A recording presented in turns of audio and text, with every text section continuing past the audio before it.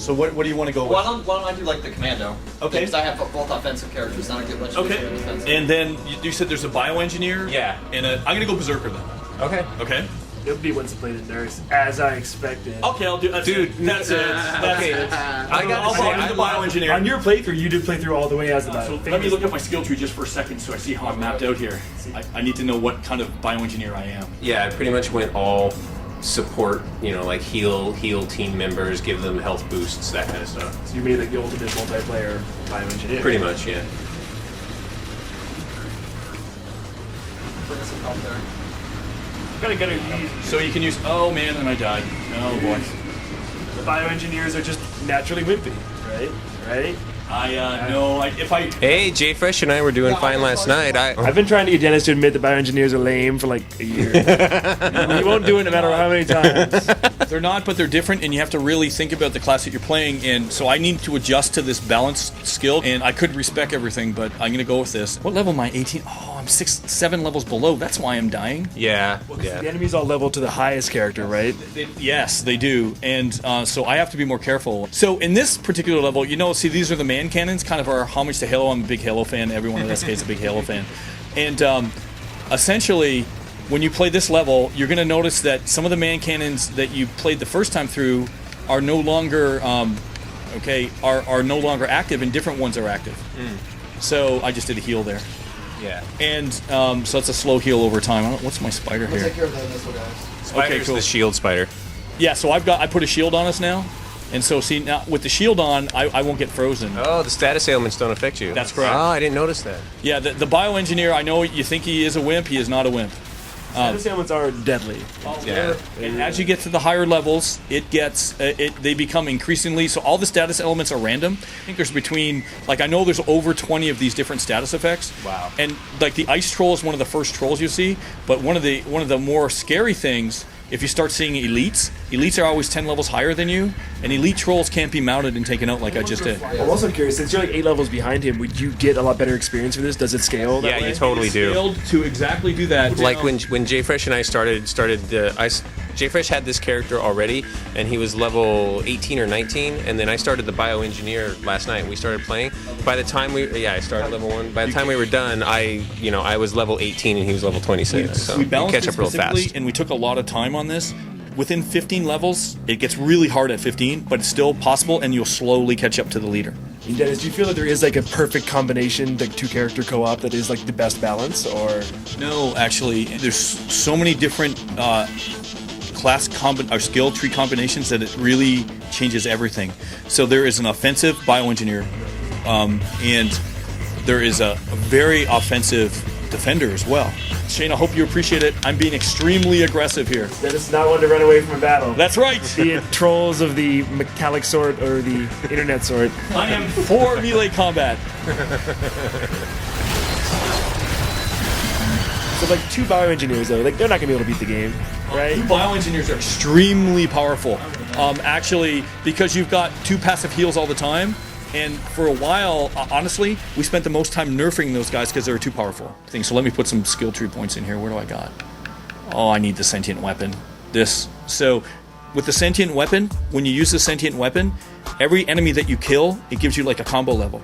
So essentially, you're killing enemies, and you have, for a period of time, depending on how many points you have, unlimited combo. This is for demonstration purposes. It probably wasn't the best, smartest strategic thing.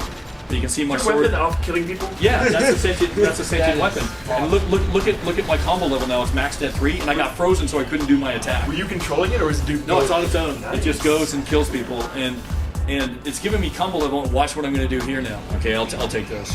And so I can help you with that there, Dennis. Yeah. So sliding. If I start sliding towards an enemy, and then I hit the sort of nuke attack. Okay, the ruiner. It's basically a 2-in-1 move that gets chained. So I gotta say that those 2-in-1s and the combo things that you just explained to us, because that's a higher level combat stuff, which takes a lot of skill to pull off and is more impressive to see. The game never told me how to do any of this. So advanced combat.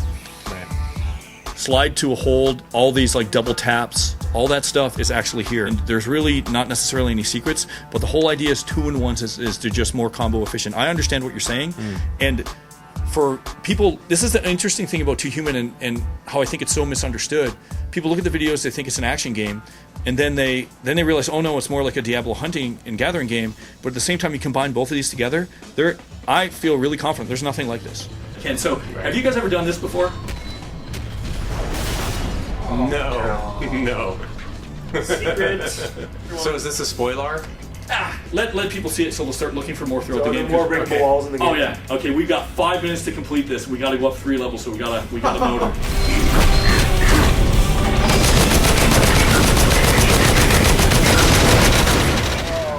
So we're at 0. So it means we're going to get kind of like the. Well, congratulations! You just got the booby prize. Thanks for trying. What is that thing? Okay, so that is a Dark Elf leader, and we have to kill him. If we don't kill him, all the guys around him will have shields. So we really want Elf leader, the graceful kiss among the snow. That's the names that Chemicalic has done a lot of. He sort of tried to do a lot of research into weapon names and enemy names, and so he wanted to make it really sound Nordic. Man, this guy's got to die.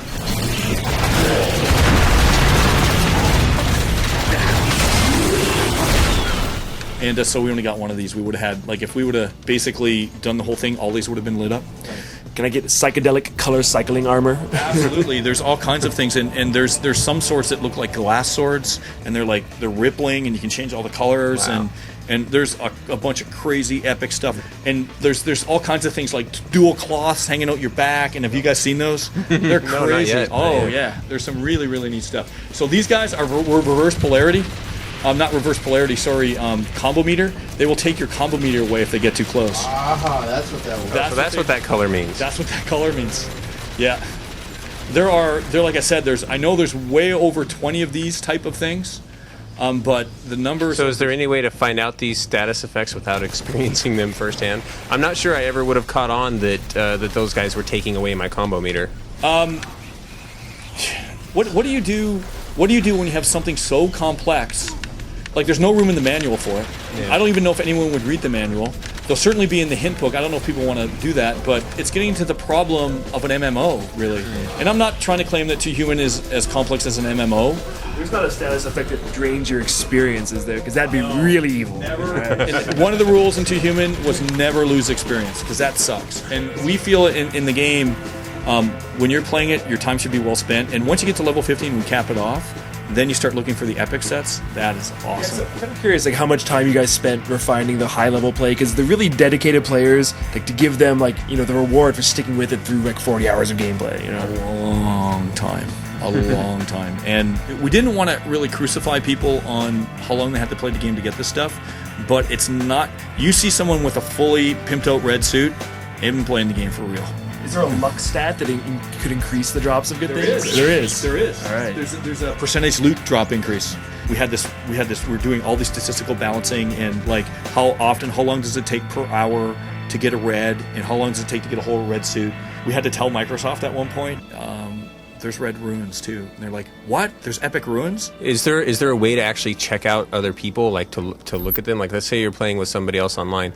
One of the things that, that pushes forward the object lust in a game like this is to see how other people are decked out. No, you can just look at the guy in game, and there's no walking up and comparing what the other guy has. We talked about that, and it's one of the things I think want to add for the future. Mm-hmm. But perhaps a Too Human fashion show minigame.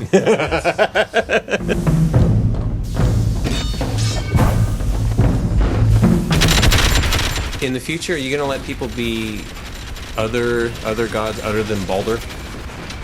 In multiplayer? Right, in multiplayer at least, because it seems really strange to have a bunch of Baldurs running around together. So is it possible with the engine? Yes.